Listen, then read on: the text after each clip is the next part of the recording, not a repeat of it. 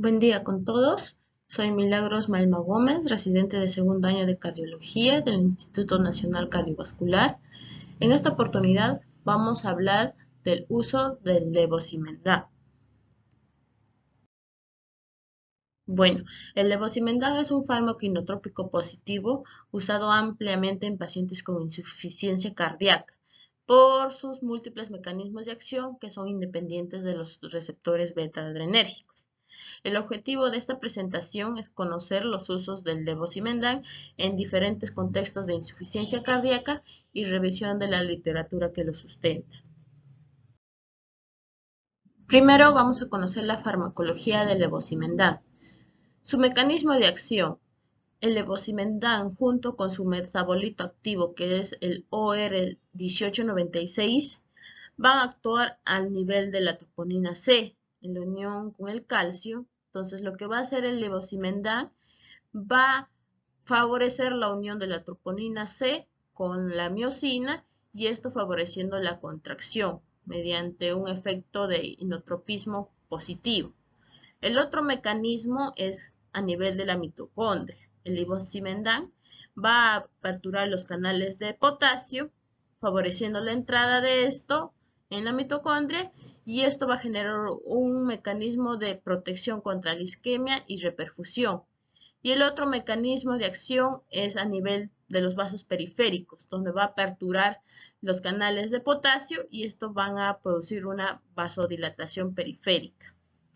Lo peculiar del levosimendan es que como no actúa en los receptores beta-adrenérgicos, no aumenta el consumo de oxígeno, disminuye la presión del ventrículo izquierdo y también nos reduce el estrés oxidativo y las citocinas proinflamatorias. Todo esto hace que mejore la contractividad miocárdica sin incremento del AMP cíclico o la concentración de calcio intracelular. Dentro de sus características farmacológicas, ya hablamos de su mecanismo de acción, tiene un efecto inotrópico positivo, también tiene un efecto vasodilatador en las arterias periféricas, también va a producir vasodilatación pulmonar, su tiempo de vida media es 1.3 horas, pero su metabolito activo va a durar hasta 80 horas. La dosis de infusión va de 0.05 a 0.2 microgramos kilo minuto y también se maneja un dosis BOL que va de 6 a 12 microgramos kilo que se pasan en 10 minutos, pero este es opcional ya que puede producir hipotensión e hipocalemia. Entonces, para la infusión del levosimendan, el paciente tiene que estar euvolémico y eucalémico. Dentro de sus efectos adversos, vamos a tener la taquicardia, la hipotensión, las alteraciones en la conducción auriculoventricular. Entonces, los efectos hemodinámicos que nos va a producir el levosimendan va a ser aumento del gasto cardíaco, disminución de la resistencia vascular sistémica, disminución de la resistencia vascular pulmonar y también disminución de la presión arterial media. Todo esto independiente de los receptores alfa y beta adrenérgicos. Empezamos con el uso del levosimendan en falla cardíaca descompensada. El primer estudio es el SURVIVE, que comparó el levosimendan versus la dobutamina en 1.327 pacientes. Usó una infusión de 0.1 a 0.2 microgramos kilo minuto durante 24 horas. Incluyó a los pacientes que tenían mayores de 18 años, con una FeBI menor o igual a 30% en los últimos 12 meses y que requirieron apoyo inotrópico endovenoso por insuficiente respuesta a los diuréticos o vasodilatadores endovenosos y presentaban también disnea en reposo o ya estaban en ventilación mecánica, oliguria de no causa hipovolémica, presión de cuña capilar mayor o igual a 18 y un índice cardíaco menor o igual a 2.2 litros por minuto. Se excluyeron a los pacientes que tenían obstrucción al flujo de salida del ventrículo izquierdo, una presión arterial sistólica menor a 85 o frecuencia cardíaca mayor o igual a 130 y también lo que tenían historia de torsada de puntas y creatininas mayor o igual a 5 o que estén en diálisis. Los resultados que buscaba este estudio dentro del resultado primario eran todas las causas de mortalidad en los 180 días. Los resultados secundarios fueron todas las causas de mortalidad a los 31 días, el cambio del nivel del ProBNP dentro de las 24 horas, la media de días vivo o fuera del hospital durante 180 días, la disnea, después el estado global del paciente y otras causas de mortalidad cardiovascular durante 180 días. Incluso se vio análisis post-hoc de a 5, 14 y 90 días. Entonces, de todos estos resultados, lo que se encontró positivo y estadísticamente significativo fue el resultado secundario, que es el nivel del cambio del ProBNP dentro de las 24 horas. Como sabemos, el nivel de ProBNP indica pronóstico. Acá podemos ver que dentro del resultado primario no hubo estadística significativa. El siguiente estudio es el REVIVE 1 y 2, que compara levosimendan versus placebo. Se incluyeron 700 pacientes y se utilizó una dosis de 0.1 a 0.2 microgramos kilo minuto en una infusión de 24 horas. También incluyeron los pacientes con falla cardíaca descompensada, que tenían disnea en reposo a pesar del tratamiento diurético endovenoso, y también que recibieron vasodilatadores endovenosos o inotrópicos con infusiones constantes al menos 2 horas antes del ingreso al estudio. Tenían FEBIs menores a 35% en los últimos 12 meses. Se excluyeron a los pacientes de ventilación mecánica que tenían hipotensión con una presión arterial sistólica menor o igual a 90 o frecuencia cardíaca mayor a 120, que tengan angina dentro de las 6 horas o cardioversión dentro de las 4 horas, obstrucción valvular, resincronización cardíaca en los últimos 30 días, un DCB o un TIA, revascularización cardíaca o cirugía dentro de los 3 meses, una insuficiencia hepática grave, insuficiencia renal grave, EPOC, hemorragia aguda o anemia grave o historia de torsada de Pons. Dentro de los resultados, el resultado primario, que fue el cambio del curso clínico durante los 5 días, mostró mayores mejoras porcentualmente en el grupo de levosimendan.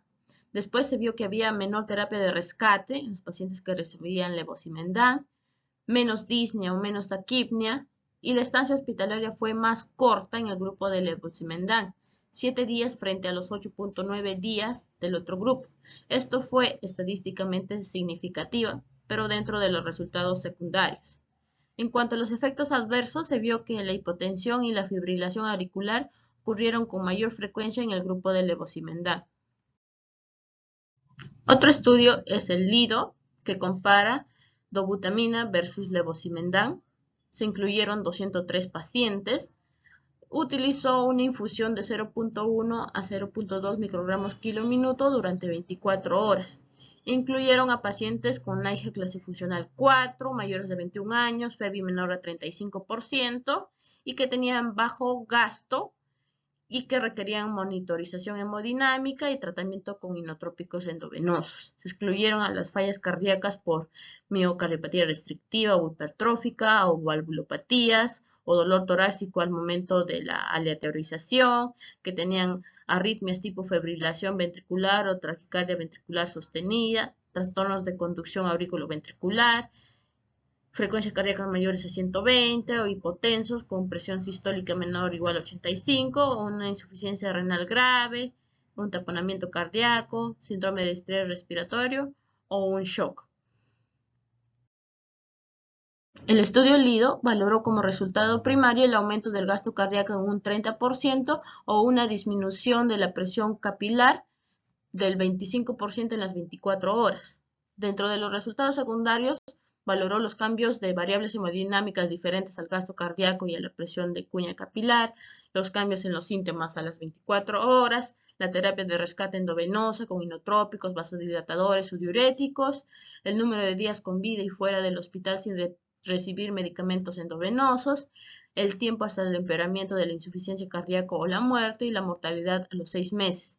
Entonces, dentro de estos, el resultado primario, que es el cambio del gasto cardíaco y disminución de la presión capilar, se vio que era estadísticamente significativo. La medida de la presión diastólica de la arteria pulmonar también fue estadísticamente significativa. No se vio cambios en las otras variables valoradas. En este estudio también se vio que el número de días con vida y fuera del hospital fue mayor en el grupo de levosimendan comparado con el dobutamina, estadísticamente significativo. Porcentualmente también menos pacientes morían a los 31 días en el grupo del levosimendan, con P estadísticamente significativa. Y también se vio que porcentualmente eran menor las muertes en el grupo de levosimendan comparado con la dobutamina, como podemos observar aquí en el gráfico. Lo otro es que también se compararon los pacientes que usaron betabloqueantes y los que no usaron betabloqueantes. Y se vio que en el grupo que usaban betabloqueantes, el levosimendan igual tenía efectos positivos en el gasto cardíaco y en la disminución de la presión capilar pulmonar. El siguiente es el uso de levosimendan en la falla cardíaca postinfarto, el Ruslan Trial. Aquí se incluyeron 504 pacientes, los cuales fueron distribuidos en 5 grupos, un grupo de placebo, los otros 4 grupos recibieron levosimendan a una dosis ascendente de la infusión y también de una dosis bolo que también fue ascendente. El máximo fue una infusión de 24 microgramos kilo más dosis de bolo de 0.4 microgramos por kilo. Se incluyeron aquí pacientes con infarto agudo de miocardio durante los 5 primeros días, que tuvieran disfunción ventricular izquierdo en la radiografía de tórax, evidenciándose congestión pulmonar o edema pulmonar, y que tengan la necesidad de inotrópicos por síntomas persistentes que no responden a la terapia convencional. Entonces, se excluyeron a los pacientes que tenían infarto de ventrículo derecho, que estaban hipotensos, tenían episodio de taquicardia ventricular sostenida o no sostenida, FARVA, necesidad de marcapaso, PCI o CABASH, que tenían rotura del miocardio o insuficiencia mitral grave, taponamiento cardíaco, que estén en síndrome de estrés respiratorio agudo, shock séptico, creatinina mayor a 5, y se vio que en el grupo que utilizó mayores dosis de levosimendan, tanto en la infusión como en la dosis de bolos, había mayor episodio de hipotensión e isquemia cardíaca. Dentro de los resultados, se vio que había menor incidencia de muerte o empeoramiento de la insuficiencia cardíaca a las 24 horas en los pacientes que usaron levosimendan. Y también se vio que a los 14 y 180 días había menor mortalidad en el grupo de levosimendan y esto fue estadísticamente significativa a los 14 días. El otro uso de levosimendan es en la falla cardíaca avanzada, lo que denominamos los pulsos de levosimendan, de uso intermitente. Aquí vamos a encontrar 3 estudios, el LevoRep, el Lionheart y el LAICA. La particularidad de estos estudios es que son pacientes en poca cantidad. El LevoRep 120 pacientes, el Lionheart 69 y el LAICA 97. Entonces, estos estudios incluyeron a los pacientes que eran falla cardíaca avanzada, NYHA clase funcional 3 o 4, y también que tenían una fracción de eyección menor al 35%.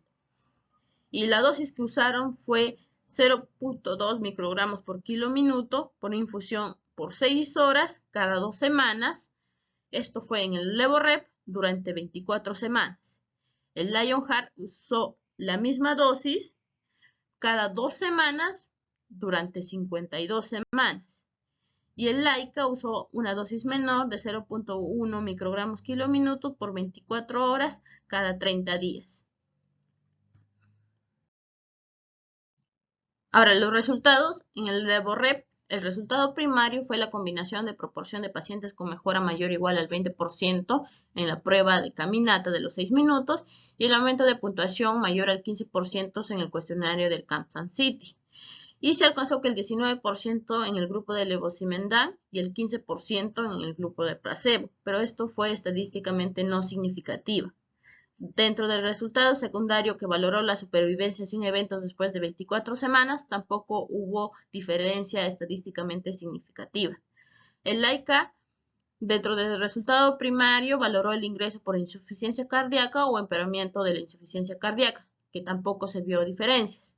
Dentro de los resultados secundarios se vio que había menos ingresos por insuficiencia cardíaca descompensada y las tasas de mortalidad más bajas en el grupo del levosimendan comparado con los del placebo. Esto sí fue estadísticamente significativo. El Lionheart, uno de los estudios más importantes, incluso en esto se basan para el uso de los pulsos del levosimendan, valoró como resultado primario el nivel del ProBNP, el cual fue estadísticamente significativa. En los gráficos podemos ver que sí hubo un descenso importante de los niveles del ProBNP en los pacientes que recibieron levosimendan.